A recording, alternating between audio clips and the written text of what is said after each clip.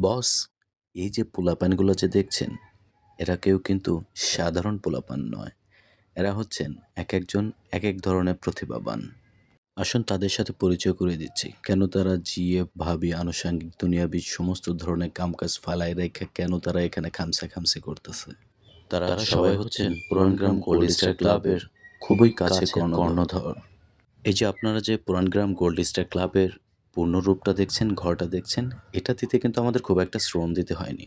মাত্র ২ দিন আমরা রাত যাপন করেছিলাম।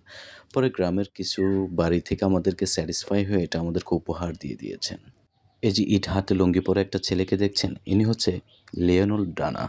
ইনি মেসির অনেক বড় একজন ফ্যান। তার খুবই ছোট্ট একটি বাবু আছে যিনি জুনিয়র লিওনেল ডানা।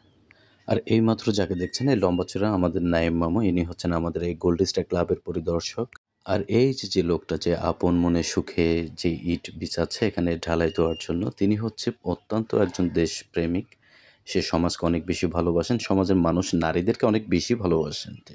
আর এই যে লাল গামছালা মামুকে দেখছেন, যিনি তার শখের নারীর জন্য জীবনে সবকিছু ত্যাগ করতে পারেন। আর এখন যাকে আমরা পরিচয় করে দেব, এখানে একজন আছেন যিনি সমাজের প্রত্যেকটা ভাবিকে প্রচুরভাবে প্রোটেক্ট করেন। তাদের যাবতীয় সব ধরনের চাহিদা, চাহিদা ওটাই পূরণ করে থাকেন। তিনি একজনই হবেন।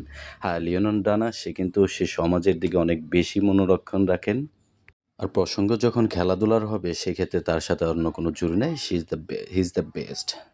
আর এখানে একজন মানুষ আছে যিনি সমাজের ভাবীদেরকে প্রোটেক্ট করেন। সমাজের ভাবী প্রেমিক যাকে বলে। তিনি কিন্তু তাকে এত বলা যাবে না, বললে প্রবলেম হয়ে যেতে পারে। আপনারা বুঝে যাবেন। এই হচ্ছেন আমাদের রনি মামু, যিনি আমাদের এই গোল্ড স্টার ক্লাবের অনেক বড় একজন কর্মঠ ব্যক্তি।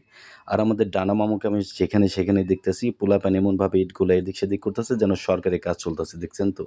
খুবই কাছাকাছি অথচ হ্যান্ড ওভার করতেছে কিরকমভাবে। এই হচ্ছে আমাদের গোল্ড স্টার ক্লাবের আ প্রাণ মনোমুগ্ধকর সদস্যবৃন্দ।